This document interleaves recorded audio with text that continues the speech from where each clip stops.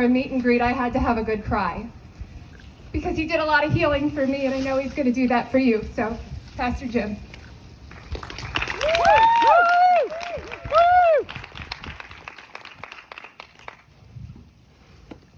So a first for Lititz to have a pride event. I bet you never expected a pastor to be here, did you? Truth is, I'm not your usual pastor, and my congregation will attest to that. A little bit about me. I'm a son, I'm a brother, I'm an uncle, I'm a father, I'm a grandfather. In fact, if you want to know, I'm twice John Tell's age. I'm a child of God, and I'm gay.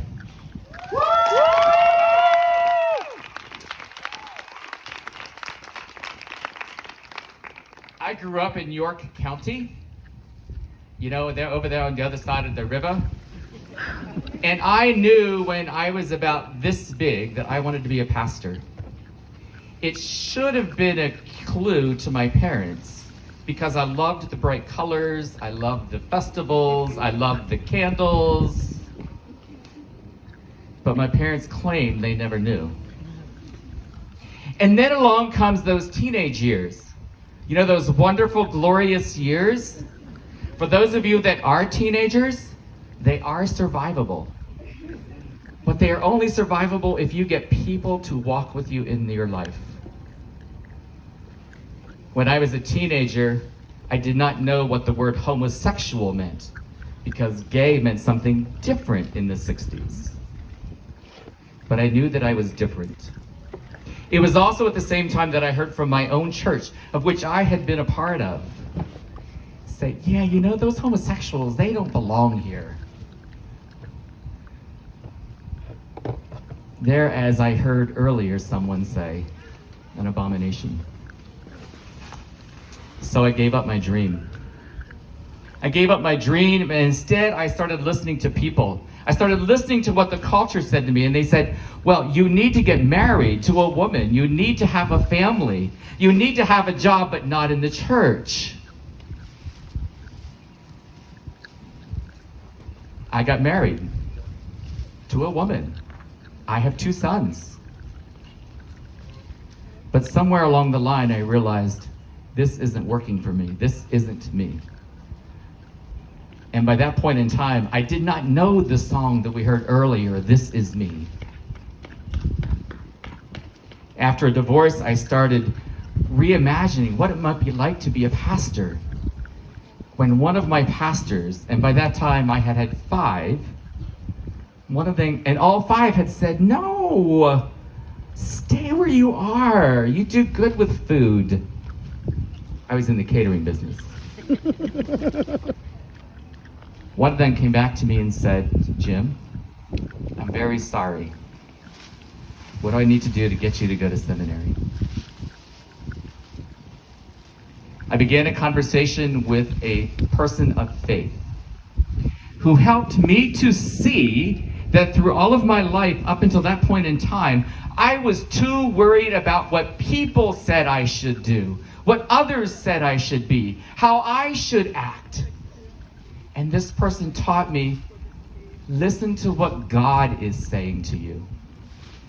I know. Understanding God and listening to God is hard, right? Uh-huh. Get it? I get it. I'll let you in on a little clue. And if I'm wrong, that thunderstorm is going to happen right away. People of God, people of faith, can only experience God if you act like God. Trust me, you are not God, neither am I. But we have been taught to love one another. The church has taught to love one another, well, except maybe you. But I'm here to tell you that is not the way it is. That is not why I do not call myself a Christian. Rather, I call myself a follower of Jesus. Because the story that Jesus shares, the story of Jesus' life and everywhere that he went to people that were on the margins. He went to the people who would have identified as queer. He went to the sex workers. Yes, there are sex workers in the Bible. He went to the people who society said, you don't belong here. And Jesus says to them, you are mine. You are mine, and I will love you. I have to tell you, never in my wildest dreams did I ever think I would ever be a pastor. Never in my wildest dreams did I think I would be a pastor in Lancaster County. Mm-hmm. Mm-hmm. It is the time of my life now that I get to work with people like you. I get to be Jesus in the world. Whether you want to know Jesus or not, I'm not going to necessarily tell you about Jesus, but I'm going to tell you how to live in love, how to love in compassion, how to care for one another. Because my friends, my queer friends, you are not broken.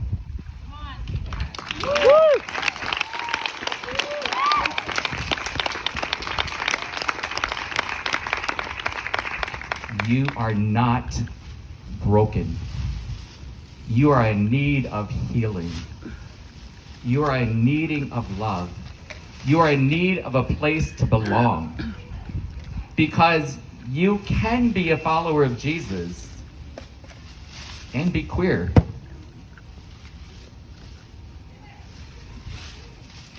So I'm just imagining that some of you are wondering, well, what did your family say? Well, I never told them. I could never tell them honestly that I was gay until I was 35. And of course they said they didn't know. But I've since learned that they did know. But they had the same struggles as I did. We didn't know who to go to talk. We didn't know who that we could trust to listen to our questions, to listen to our concerns. So my ministry is one of belonging, of creating community. We have a safe place in East Ephrata where people gather in community to show love, to be love, and to care for one another.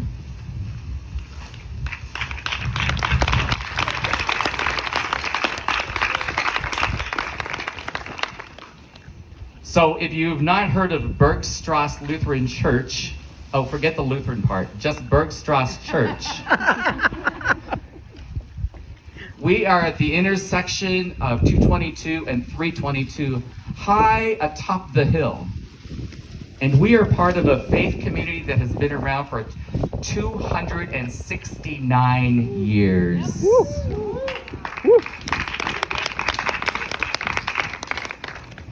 And for 269 years, we've been proclaiming God's love for all people.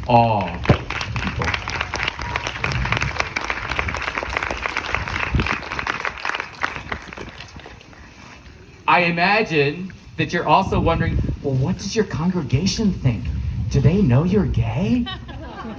Do they really know that? Did you ever show up with a boyfriend? No, I did not show up with a boyfriend, but it made it very clear. I don't need a girlfriend. Unless it's a girlfriend. But here's what I'm going to ask you to do. Ask this group of people here in the front on the chairs, because they are people from the congregation at Bergstrasse.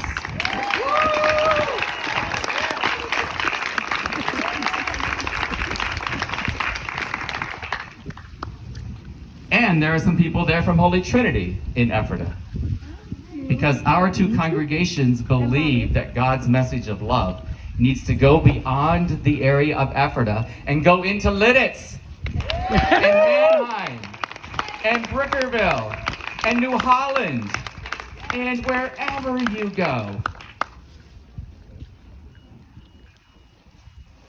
If you are looking for a faith community where you will feel welcomed, where as soon as you reach the door, you might say, I'm home, I invite you to come to Bergstrasse.